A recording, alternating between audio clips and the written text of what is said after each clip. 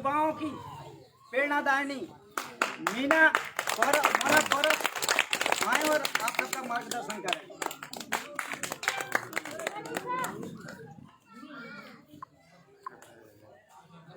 आज यहाँ पर उपस्थित समस्त बुजुर्गजनों को मैं प्रणाम करती हूँ और सबसे पहले मैं तालियां बजवाना चाहूँगी इन महिलाओं के लिए जिन्होंने पुरुषों के आगे बैठने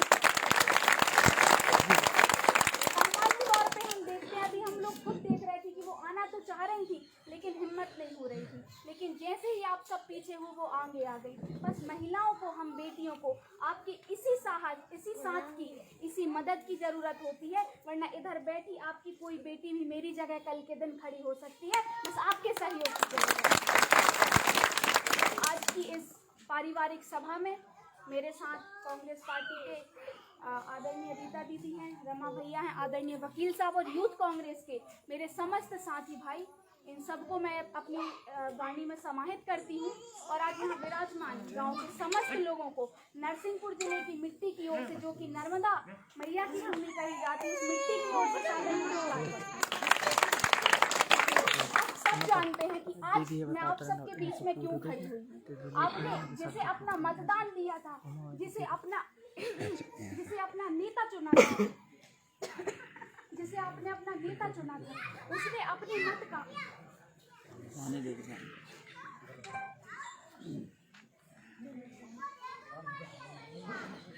जिस पर विश्वास दिखा आपने अपना वोट दिया था, उस नेता ने आपका वोट 5,000 प्रति वोट के हिसाब से बेच के 35 करोड़ रुपए अपने जेब में रख लिए हैं। क्या हम ऐसे नेता को पुनः दोबारा चुनना चाहेंगे जो आपके वोट को फिर से किसी को, हो सकता है अगली बार वो 70 करोड़ रुपए ले ले और फिर आपकी वोट को बेच दे। आपका और हमारा संघर्ष हम जानते हैं। आप सब आज यहाँ एकत्रित हैं, आपको यहाँ बैठने की जरूरत शायद नहीं पड़ती। हो सकता है कि आज आप लोग यहाँ पर नवरात्रि की पूजन के लिए, माता की आरती के लिए इकट्ठे हुए होते, लेकिन इन बिकाऊ नेताओं की वजह से आज इस कोरोना के संकट काल में हमें यहाँ पर इकट्ठा खड़ा कर दिया है। मुझे यहाँ के लोगों ने बताया कि जिस नेता को आपने चुना था उसने हनुमान जी के मंदिर में अपने बच्चों की सौगंध खाई थी कि मैं कभी कांग्रेस के साथ गद्दारी नहीं करूंगा। आप विचार कीजिए, जो अपने बच्चों का नहीं हुआ वो आपका और हमारा क्या होगा।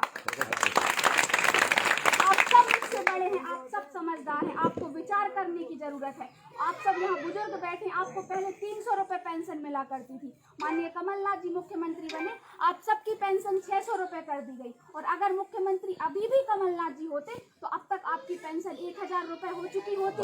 आपकी बेटियों की शादी में जो 25,000 मिलते थे वो राशि 51,000 रुपए हो गई थी। आप सब मुझे बताइए, क्या कमलनाथ जी ने गुनाह किया? नर्मदा मैया की रक्षा करी, उनने गौ माता की रक्षा करी, उन्होंने आपकी बेटियों का भविष्य सुरक्षित किया, उन्होंने आपके बुजुर्गों का भविष्य सुरक्षित किया। और वो मध्य प्रदेश को एक औद्योगिक प्रदेश बनाने वाले थे जिसमें आपके जो युवा खड़े हैं इनको नौकरी मिलने वाली थी। क्या कमलनाथ जी ने ऐसा कोई गुनाह किया था जिसकी सजा देने का काम इस महाराज ने उनके साथ किया है? आप सबको आज कमलनाथ जी के साथ खड़े होने की जरूरत है। मैं तो ये कहना चाहूंगी कि कमलनाथ जी के साथ नहीं, अपनी बेटियों के साथ, गौ माता के साथ, अपने खेतों के साथ खड़े होने की जरूरत है। क्योंकि जब तक हम हमारी हितैषी सरकार को नहीं लाएंगे, क्योंकि ये तो खरीद फरोख्त की राजनीति करने वाले लोग हैं। आज अगर आप इन्हें फिर से चुन लेते हैं तो कल के दिन ये फिर बिक जाएंगे। बेंगलोर में बैठ के आपके पास ये दोबारा पूछने नहीं आएंगे। मैं आप सबसे कहना चाहती हूँ, अभी ये फिर आएंगे आपके पास और आकर आपसे कहेंगे कि हमें एक बार मौका और दे दीजिए। तो मैं आप सबसे निवेदन करना चाहती हूँ,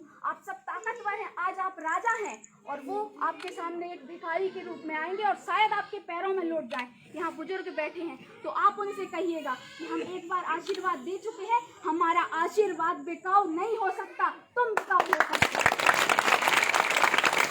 आप सबको इस भारत को बचाने के लिए आगे आना होगा। आपका एक एक वोट इस भारत को बचाने में ताकत दे सकता है। मैं आप सबसे निवेदन करना चाहती हूँ, नवरात्रि का समय चल रहा है, शाम की बेला है और हम वट वृक्ष के नीचे बैठे हैं। मैं आप सबसे वादा करती हूँ कि कमलनाथ जी की सरकार बनेगी तो पुनः गौ माता को सुरक्षित करने का काम किया जाएगा। कमलनाथ जी ने 5,000 गौशालाएं बनाई और लेकिन उसके बाद शिवराज सिंह ने अपनी सरकार बना ली। क्या आप सब जानते हैं कि शिवराज सिंह जी की सरकार बनने के बाद गौ माता का जो 20 रुपए बजट रखा था उन्होंने, एक गौ माता का एक दिन का, उसको शिवराज सिंह जी ने 1.5 रुपए कर दिया। आप सब जानते हैं, हम सब गौ माता से जुड़े हैं, क्या 1.5 रुपए में गौ माता की दिन भर की पूर्ति हो सकती है भोजन पानी की? बताइए आप सब, नहीं हो सकती। इन्होंने उस बजट को कम कर दिया।